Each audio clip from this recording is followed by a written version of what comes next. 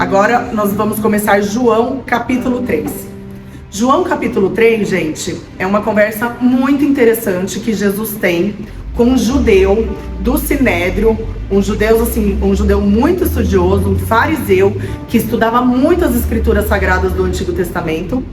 E vai ser revelado aqui a conversa que ele teve com Jesus num dia à noite, porque ele, como judeu, ele não podia mostrar para o Sinédrio e para os outros e para os sacerdotes que ele tinha curiosidade de saber quem era Jesus. Então a gente vai perceber que ele tem uma conversa bem confidencial e bem separada com Jesus para tirar algumas dúvidas que ele tinha. E nós vamos ler sobre isso agora, tá? Então, Evangelho de João, capítulo 3. Havia um fariseu chamado Nicodemos, que era líder dos judeus. Uma noite ele foi visitar Jesus e disse: Rabi, nós sabemos que o Senhor é um mestre que Deus enviou, pois ninguém pode fazer esses milagres se Deus não estiver com ele. Jesus respondeu: Eu afirmo ao Senhor que isso é verdade.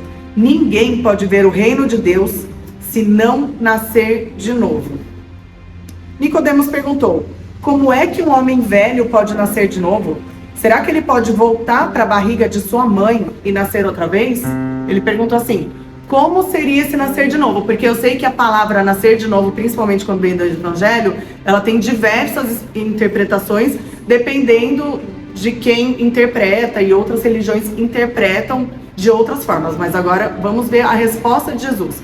Quando Nicodemos fala: tem como alguém voltar para a barriga e nascer outra vez, né? Entra na barriga, nasce de novo. Entra na barriga, nasce de novo. Para ver o reino de Deus, olha a resposta de Jesus. Eu afirmo ao Senhor que isso é verdade. Ninguém pode entrar no reino de Deus se não nascer da água e do Espírito.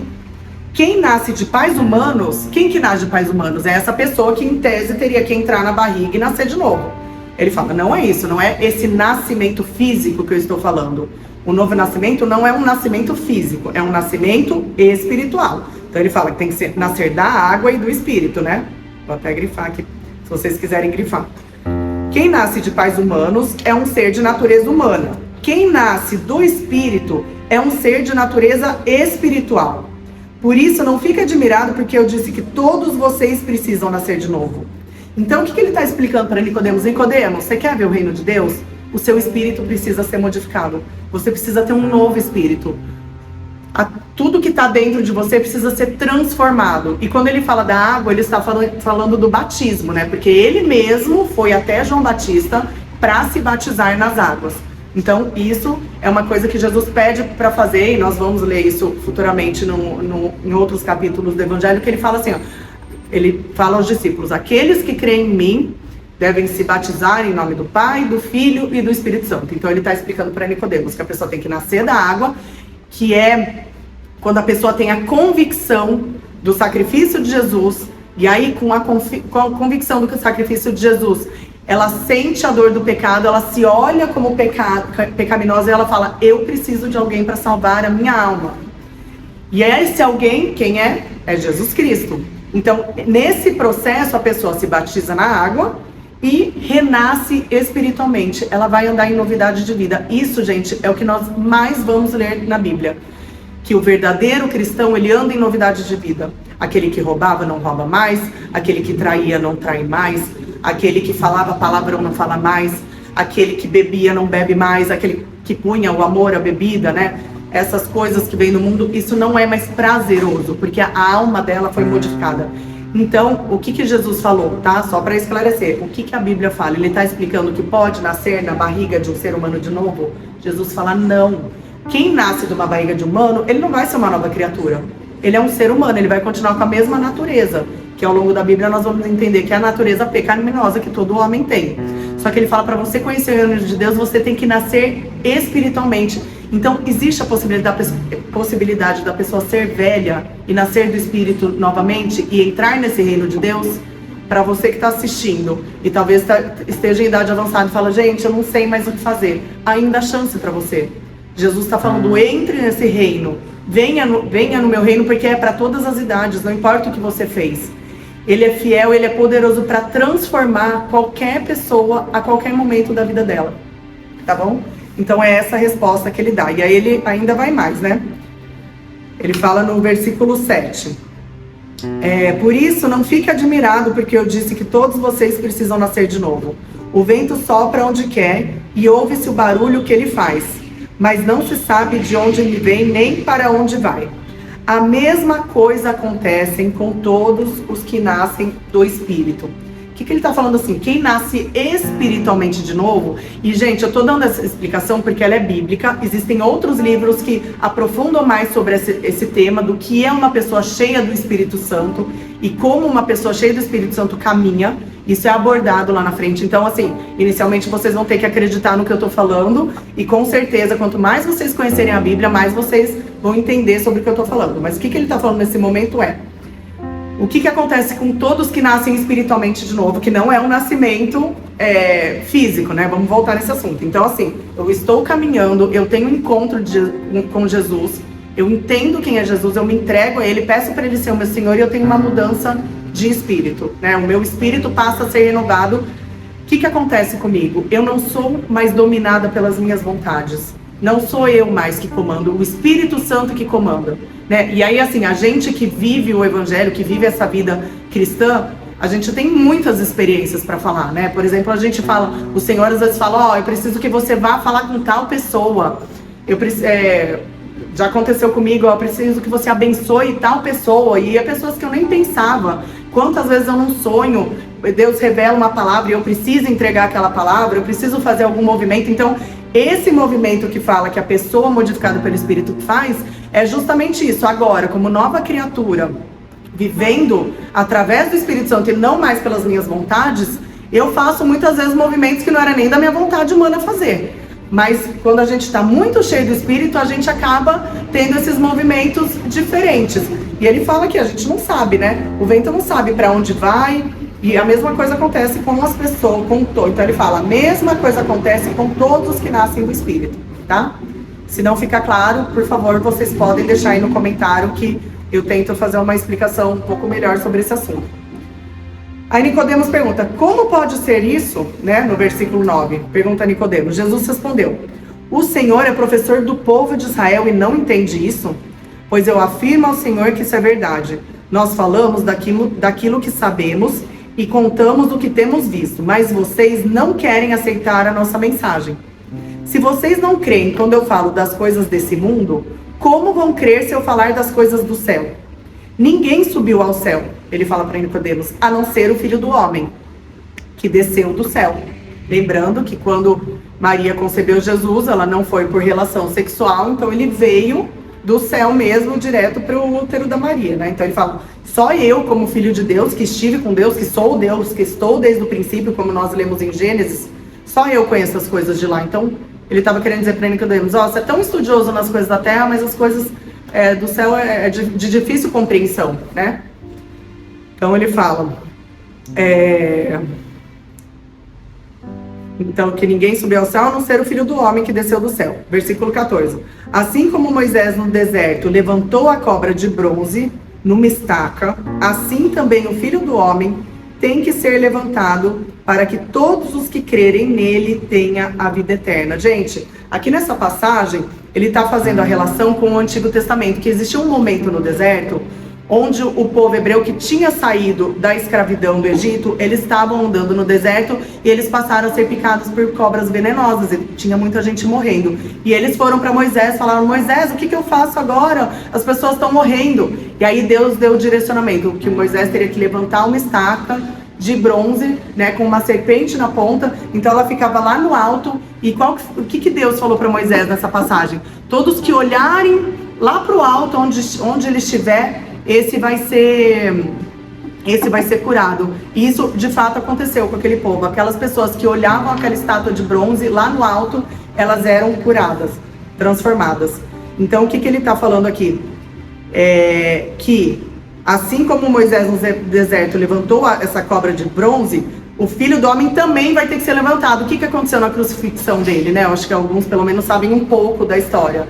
Ele foi preso numa cruz de madeira, lá no alto, e as pessoas ficaram olhando ele morrendo naquele momento. Então ele fala, isso também vai ter que acontecer com o Filho do Homem, para que todos os que passarem a crer nele, porque depois dessa morte que ocorreu nesse momento, ele ressuscita, né? Nós vamos ler sobre isso. Mas esse momento é crucial, porque ele foi a única pessoa que nós tivemos notícias, pelo menos relatos históricos, que ressuscitou. Nós não conhecemos nenhum líder religioso, ninguém que tenha ressuscitado. E Jesus foi essa pessoa. E aí, as pessoas que passam a crer nele, elas passam a ter o que ele chama aqui de vida eterna, tá? E ele vai explicar mais pra frente o que é essa vida eterna, né? E aí o que ele fala aqui? Que é uma frase que todos conhecem, mas olha o contexto que ele está falando. Versículo 16. Porque Deus amou o mundo tanto que deu o seu único filho para que todo aquele que nele crer não morra, mas tenha a vida eterna. Pois Deus mandou o seu filho para salvar o mundo e não para julgar. Então, aquele momento, Jesus veio, ele não veio para julgar ninguém. Tanto que ele sempre fala assim, venha da maneira que você estiver. Quando a gente vê ele chamando os discípulos, a gente vê que cada discípulo tinha um problema, né? Muitas vezes estavam fazendo coisas que não agradavam a Deus, mas Jesus, em nenhum momento, ele chama a gente no momento que a gente está bem.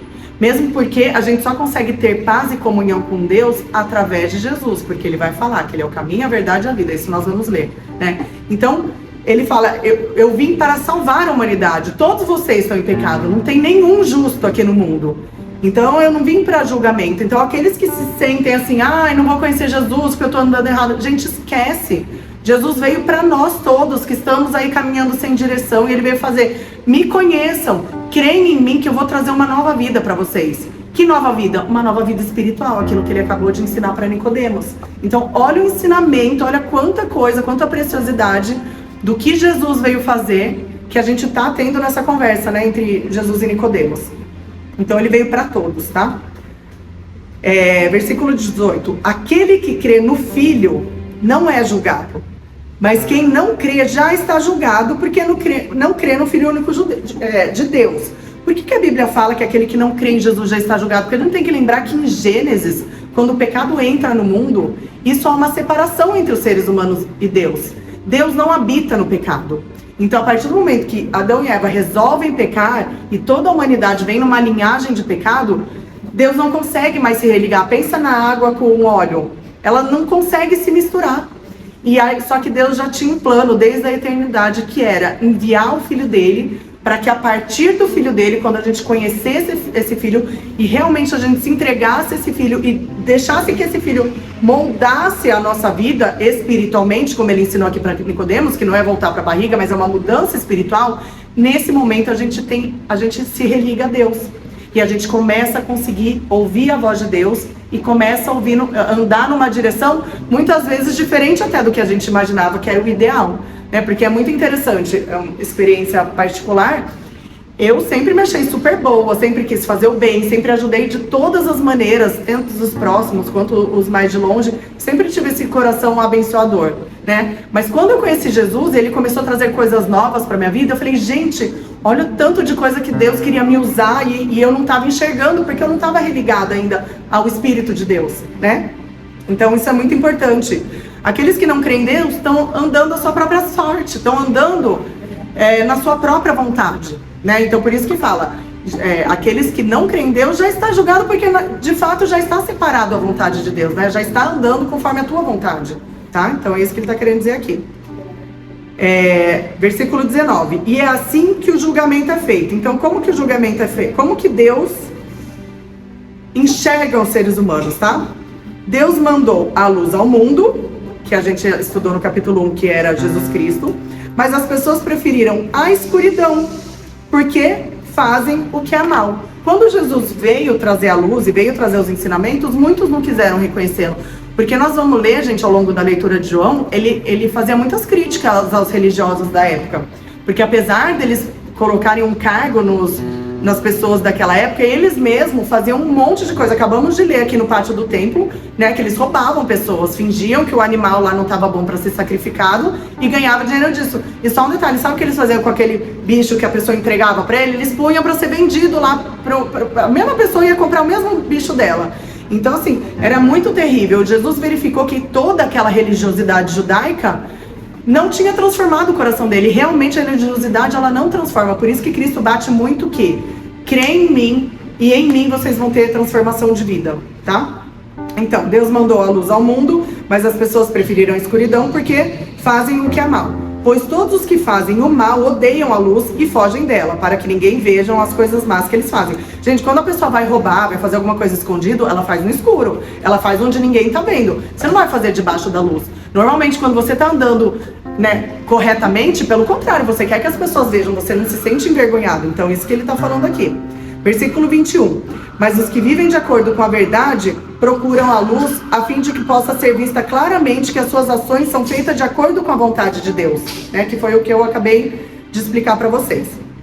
Agora nós vamos entrar no versículo 22, que é Jesus e João Batista. Depois disso, Jesus e os seus discípulos foram para a região da Judéia. Ele ficou algum tempo com eles ali e batizava as pessoas. João também estava batizando em Enom, perto de Salim, porque lá havia muita água. João ainda não tinha sido preso, o João Batista, porque nós vamos ler que ele foi preso e foi decapitado, mas isso ainda não tinha acontecido.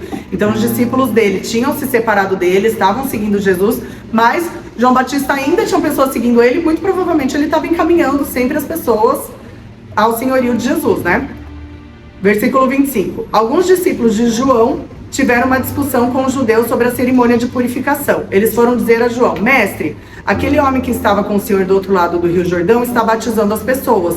O Senhor falou sobre ele, lembra? E todos estão indo atrás dele. Aí o que João respondeu? Ninguém pode ter alguma coisa se ela não for dada por Deus. Vocês são testemunhas de que eu disse: eu não sou o Messias, mas eu fui enviado adiante dele. Num casamento, o noivo é aquele a quem a noiva pertence. O amigo do noivo está ali e o escuta e se alegra quando ouve a voz dele. Assim também o que está acontecendo com Jesus me faz ficar completamente alegre. Ele tem de ficar cada vez mais importante e eu menos importante. Então o que aconteceu? As pessoas que ainda seguiam João Batista foram meio que criticar Jesus. João Batista, as pessoas estão indo tudo atrás de Jesus e agora? Ele falou, não, mas é isso mesmo que tem que acontecer. As pessoas têm que sair de mim. Eu vim como precursor. O noivo é Jesus. Ele é o noivo, ele é o principal da festa. Eu sou um amigo. Eu preparei, estou encaminhando e o caminho é esse mesmo, tá?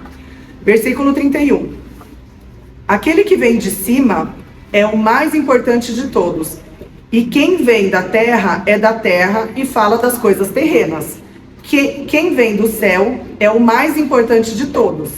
Ele fala daquilo que viu e ouviu, mas ninguém aceita a sua mensagem. Mais uma vez ele relacionando Jesus, aquele que veio do céu, aquele que tem poder e tem convicção de falar das coisas do céu. Porque ele fala, vocês que são terrenos, vocês que não vieram do céu, vocês não têm propriedade nenhuma para falar sobre coisas do céu. Então ouçam aquele que veio do céu. Aí temos que sempre relembrar como que Jesus foi concebido, Quem aceita a sua mensagem dá prova de que o que Deus diz é verdade. Aquele que Deus enviou diz as palavras de Deus, porque Deus dá o seu Espírito sem medida. Mais uma vez, ele falando que aquele que está em Cristo, Deus dá àquela pessoa o Espírito dele sem medida.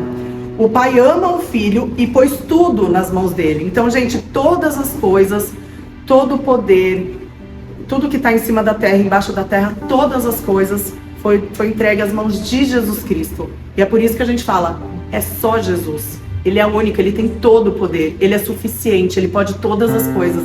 Não exista nada que esteja fora do poder, porque o próprio Deus, Pai, entregou ao Filho, pôs tudo nas mãos dele. Versículo 36. Por isso quem crê no Filho tem a vida eterna. Porém quem desobedece ao Filho nunca terá a vida eterna, mas sofrerá para sempre o castigo de Deus. Lembrando que o maior castigo de Deus, que é? É a separação dele. Uma pessoa separada de Deus causa ansiedade, causa depressão, causa angústia, causa muitos sentimentos ruins, Eu posso falar por mim porque eu tive uma vida antes de Cristo e depois de Cristo, e eu falo que eu acho que o maior testemunho da minha vida era o meu sentimento, o que ele fez por dentro de mim, Então uma vida sem Deus, ela é completamente vazia. Você pode ganhar o mundo financeiramente, materialmente, mas esse distanciamento espiritual de Deus é o maior castigo que a gente pode ter, é a pior coisa que o ser humano pode passar, tá bom? Então aqui a gente finaliza o capítulo 3. Gente, ficou alguma dúvida nesse capítulo de hoje? Se tiverem dúvida, vocês comentem. Se esse estudo está ajudando vocês, se ele está ficando claro para vocês, eu peço que vocês curtam, compartilham com pessoas que vocês sabem que já tentaram estudar a Bíblia ou têm essa vontade no coração, porque eu acho que se vocês estão conseguindo entender um pouco mais, né, por conta desse estudo que a gente faz junto, eu acho que a gente poderia abençoar mais pessoas, tá bom? Se ficar dúvida, então faça os comentários e eu tento fazer um vídeo para dar alguma outra explicação ou tirar as dúvidas de vocês, tá bom?